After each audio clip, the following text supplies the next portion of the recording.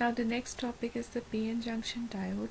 इसमें क्या होता है, हम एक पी टाइप मटेरियल लेते हैं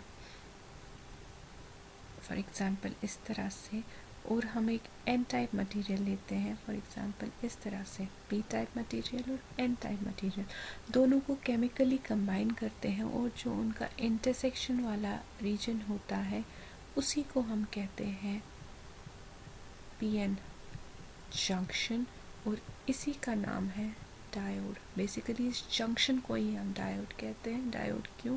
क्योंकि इसमें दो इलेक्ट्रोड्स हैं, एक पी साइड से और एक एन साइड से। इसका सिंबल अगर देखा जाए तो इसका सिंबल इस तरह से होता है, एरो हेड इंडिकेट करता है direction in which current flows. अब अगर मैं एक अनबायस पीएन जंक्शन की बात करूँ, अनबायस मतलब जिसको कोई बायस एक्सटर्नल वोल्टेज नहीं अप्लाई की गई हो, तो उसमें क्या होगा? देखिए उसमें क्या होगा। फॉर एग्जांपल मैं इस तरह से लूँगी, ये है पी साइड, ये है एन साइड। पी साइड से हमारे पास मानिए एक्सेप्टर एटम्स हैं, और उनके साथ हर एक एक्सेप्टर एटम के साथ एक एसोसिएटेड होल है, और इसमें कुछ माइनॉरिटी कैरियर्स हैं इलेक्ट्रॉन्स, जो कि थर्मल ब्रेकेज की वजह से होंगे, और उस वजह से कुछ और होल्स हैं इसमें। तो इस तरह से इसका स्ट्रक्चर बन जाएगा। These are the acceptor atoms.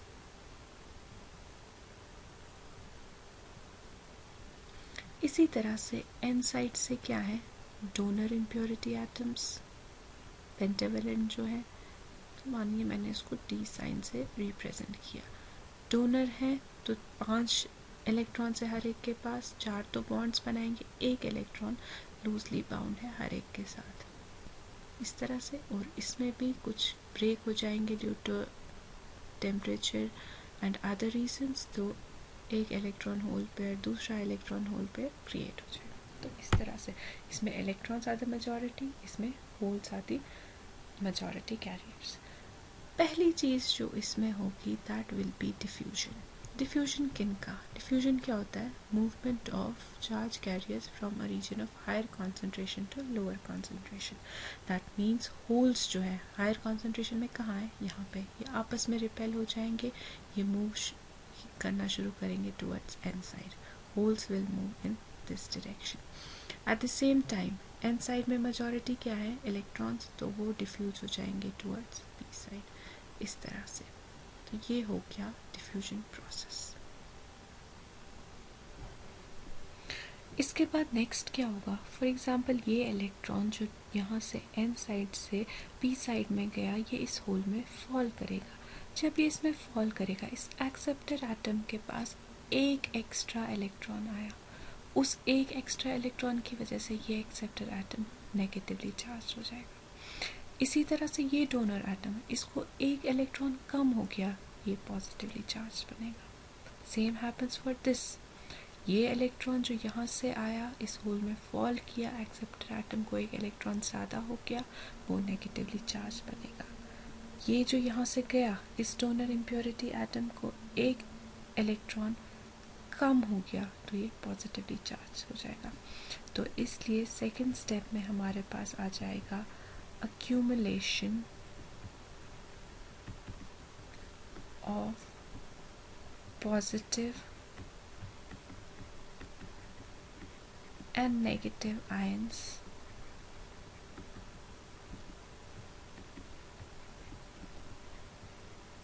near the junction.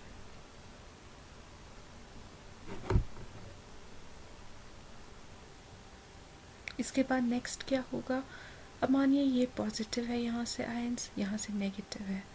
ये पॉजिटिव आयंस जो एन साइड से है, ये इन होल्स को जो पहले डिफ्यूज़ करे थे पी टू एन, उनको डिफ्यूज़ होने नहीं देंगे, उनको रिपेल करेंगे। सिमिलरली ये नेगेटिव आयंस यहाँ से इन इलेक्ट्रॉन्स को क्रॉस करने नहीं देंगे, उनको रिपेल करेंगे। तो तीसरी चीज़ क्या हो जाएगी हमारे पास? डिफ्यूजन रुक जाएगा, डिफ्यूजन स्टॉप्स। उसके बाद क्या होगा, डिफ्यूजन स्टॉप होने के बाद हमारे पास एक ऐसा रीजन बन जाएगा यहाँ से पी साइड से और एन साइड से जंक्शन के पास, जिसमें कोई फ्री चार्ज कैरियर नहीं होगा। इसी को हम कहते हैं डिप्लीशन रीजन। तो fourth step is creation of depletion या स्पेस चार्ज रीजन, जिसको हम कहते हैं डिप्लीशन या space charge region near the junction.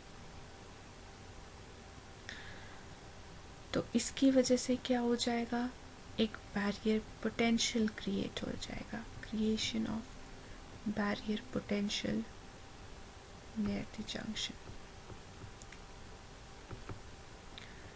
किस तरह से, यहाँ से पॉजिटिव चार्ज होगा बैरियर के अक्रॉस, यहाँ पे नेगेटिव चार्ज हो जाएगा।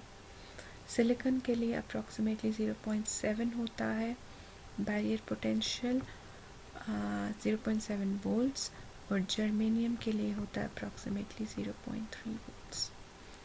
तो लास्ट चीज़ जो होगी इसमें फ्लो ऑफ माइनॉरिटी कैरियर्स होगा।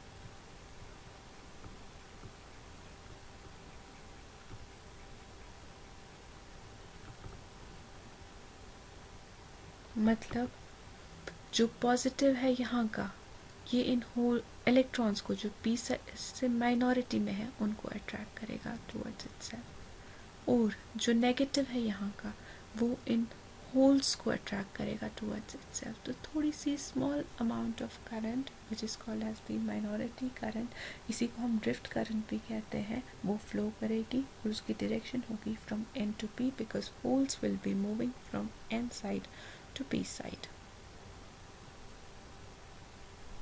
Now the next topic is biasing of a diode. Biasing means हम external batteries को apply करेंगे, तो depending on the polarity कि हम किस polarity में इसको apply करेंगे external potential, हमारे पास 2 types of biasing है। या तो होगा forward biasing या होगा reverse biasing। forward biasing में क्या होता है, हम जो पी साइड से है, डायोड के पी साइड से हम पॉजिटिव अप्लाई करते हैं बैटरी का इस तरह से, और नेगेटिव हम एन साइड से अप्लाई करते हैं। अब इससे फ़र्क क्या पड़ेगा, पी साइड से हमारे पास होते हैं एक्सेप्टर एटम्स और उनके साथ एसोसिएटेड होल्स। एन साइड से होते हैं हमारे पास डोनर एटम्स इस तरह से, और उनके साथ एसोसिएटेड इलेक्ट्रॉन्स, और कुछ माइनॉरिटी में यहाँ पे होल्स होते हैं, यहाँ पे कुछ माइनॉरिटी में इलेक्ट्रॉन्स होते हैं, और बीच में होता है हमारे पास डिप्लीशन रीजन। मानिए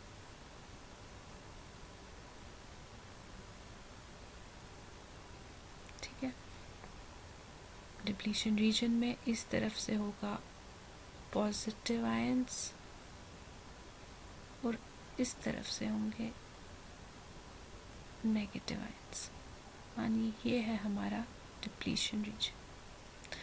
देखिए अब क्या होगा फॉरवर्ड बायसिंग से। फॉरवर्ड बायसिंग से क्या होगा, ये जो पॉजिटिव है एक्सटर्नल बैटरी का, ये क्या करेगा, इन होल्स को रिपेल करने की कोशिश, रिपेल करेगा तो होल कहाँ जाएगा, डिप्लीशन रीजन में इस तरह से, और ये जो इलेक्ट्रॉन्स हैं उनको ये नेगेटिव रिपेल करेगा, इलेक्ट्रॉन जाएगा डिप्लीशन रीजन में जो नियर द जंक्शन होगी। जब एक पॉजिटिव आयन को एक इलेक्ट्रॉन मिला, वो फिर से न्यूट्रल हो जाएगा एटम, क्योंकि उस पॉजिटिव था मतलब उसको एक इलेक्ट्रॉन कम था, अब उसको उस इलेक्ट्रॉन ने कवर किया तो वो फिर से न्यूट्रल हो जाएगा एटम। इसी तरह से इसको भी कवर किया, ये न्यूट्रल हो जाएगा। यहाँ से होल ने इसको कवर किया, ये वापस बनेगा न्यूट्रल एटम, और यहाँ से ये भी न्यूट्रल एटम बनेगा। तो इन अ वे हम कह सकते हैं हमारा जो पी एन जंक्शन है, ये पी साइड ये एन साइड, उसमें वापस हमारे पास आएंगे atoms with holes associated with them, और यहाँ से एन साइड से आएंगे एटम्स, उनके साथ एसोसिएटेड इलेक्ट्रॉन्स, इस तरह से। और डिप्लीशन रीजन हमारा कम्प्लीटली ख़त्म हो गया। डिप्लीशन रीजन बेसिकली क्या होता है, एक ऐसा रीजन जहाँ कोई फ्री चार्ज कैरियर नहीं है, बट अब यहाँ जंक्शन के पास होल भी है, इलेक्ट्रॉन भी है। तो इस तरह से हम कह सकते हैं डिप्लीशन रीजन ख़त्म हो गया। अगर आप इसके फॉरवर्ड कैरेक्टरिस्टिक्स प्लॉट करोगे, that is a graph between forward current IF in milliamperes और forward voltage VF in volts, तो ये ग्राफ कुछ इस तरह से आता है। ये वाली वोल्टेज जिस पे कि आपका डिप्लीशन रीजन कम्प्लीटली ख़त्म हो जाता है, इसको हम कहते हैं नी वोल्टेज। वही सिलिकॉन के लिए होती है 0.7, जर्मेनियम के लिए 0.3 वोल्ट्स। ये वो वाली वोल्टेज होती है which is equal in magnitude to the barrier potential. This is basically, ये बराबर होती है सिलिकॉन में 0.7 जो कि बैरियर पोटेंशियल है, जर्मेनियम में 0.3 जो कि उसका बैरियर पोटेंशियल है। ये वो वाली वोल्टेज होती है जो हम एक्सटर्नली अप्लाई करते हैं, जिसमें बैरियर पोटेंशियल ख़त्म हो जाता है और करंट आपकी अब्रप्टली राइज होती है, क्योंकि इसके बाद डिप्लीशन रीजन है ही नहीं। जो इजीली होल्स हैं वो यहाँ से यहाँ क्रॉस कर सकते हैं, इलेक्ट्रॉन्स इजीली यहाँ से यहाँ क्रॉस कर सकते हैं।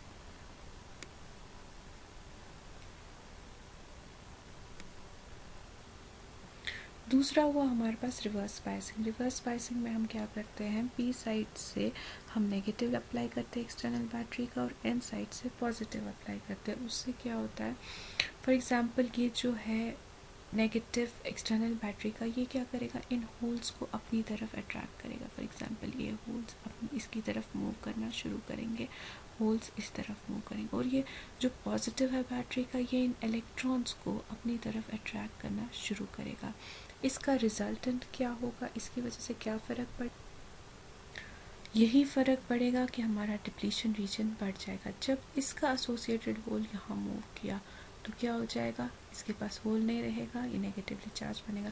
जब इस वाले एटम का एसोसिएटेड इलेक्ट्रॉन मूव किया, इसके पास एक इलेक्ट्रॉन कम हो गया, ये पॉजिटिवली चार्ज बनेगा। तो इस तरह से हमें हमारी जो आयन कॉन्सेंट्रेशन है नियर द जंक्शन इंक्रीज हो जाएगी। इन अ वे हम कह सकते हैं कि डिप्लीशन रीजन जो है हमारा वो इंक्रीज हो जाएगा। अगर हम रिवर्स कैरेक्टरिस्टिक्स प्लॉट करें, वो इस तरह से होते हैं, it's a graph between reverse current and reverse voltage. तो this is reverse voltage in volts and this is reverse current. तो हम देखते हैं कि हमारी करंट पहले थोड़ी सी इंक्रीज हो जाती है, फिर कांस्टेंट होती है। ये करंट अब आई कहाँ से, देखिए एन साइड से कुछ माइनॉरिटी कैरियर्स हैं होल्स, पी साइड से कुछ माइनॉरिटी कैरियर्स हैं इलेक्ट्रॉन्स।